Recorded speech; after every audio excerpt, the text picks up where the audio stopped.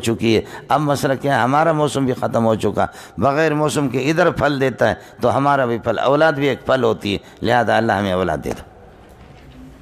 سمجھے؟ یہ ہوتا مولوی صاحب۔ حضرت اقدس شیخ العرب کا بیٹا اسجد پیدا ہوا، مولانا شیخ الاسلام مولانا مدنی رحمۃ اللہ علیہ کا بیٹا اسجد پیدا ہوا، تو طلباء نے پرچی دی کہ استاد جی بوڑھے ہو گئے، ابھی تک بھی گڑبڑ کر رہے ہو کیا؟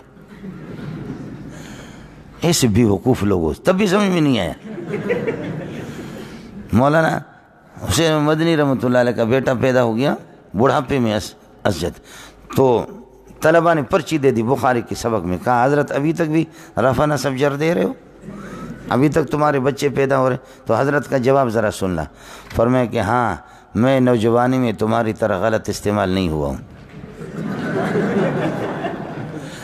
سمجھ رہی میں کہ نہیں؟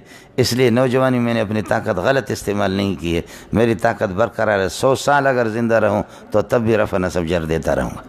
اور جو اللہ آپ کا بھلا کرے شارٹ کٹ جو راستہ وہ ان کا مسئلہ خراب ہو جاتا ہے۔ سمجھ رہی میں کہ نہیں؟ ابھی دیکھو کہ ہمارے غسل خانوں میں کبھی کبھی آدمی جاتا ہے تو پاؤں پھسل جاتا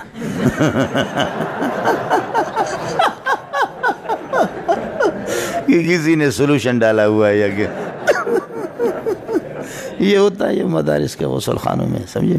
کالجوں میں، یونیورسٹی میں، کالجوں میں پھر بینگن بروزن مینگل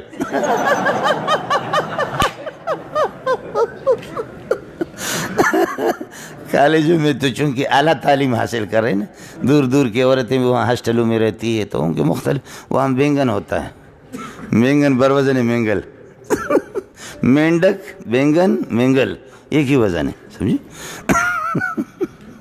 تو کالج اور یونیورسٹی میں آدمی جائے وہاں جا کر کے دیکھتا آدمی کہ اس طرح غسل خانوں میں وہاں پر بینگن پڑے ہوئی، سمجھے؟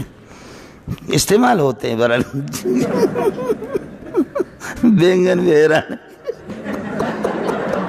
بینگن بھی حیران ہے، یا اللہ کدھر استعمال ہو رہا ہوں اس کے لیے تو آپ نے مجھے بنایا نہیں تھا۔ طالب علم بڑے شیطان ہیں کہ اوپر سے دیکھ رہے تھے کہ کسی مکان میں وہ 2 عورتیں آپس میں ایک دوسرے پر چڑھ رہی تھیں، طالب علم نے پرچی لکھ کر کے لفافے میں ڈال کر کے پھینکا، وہاں سمجھے میں پھینکا، اس میں لکھا ہوا تھا یہ خدمت اگر آپ ہمارے حوالے کریں ہم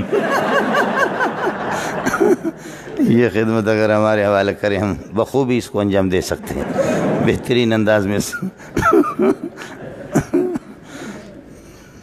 ارے میں نے رب آپ کو بتایا بے ایمانو، سمجھے بھائی جان، تم لوگوں کی مرضی ہے، میں غفور الرحیم ہوں، سمجھے بھائی جان، وَأَنَّ عَذَابِي هُوَ الْعَذَابُ الْأَلِيمُ، سب کچھ میرے پاس ہے۔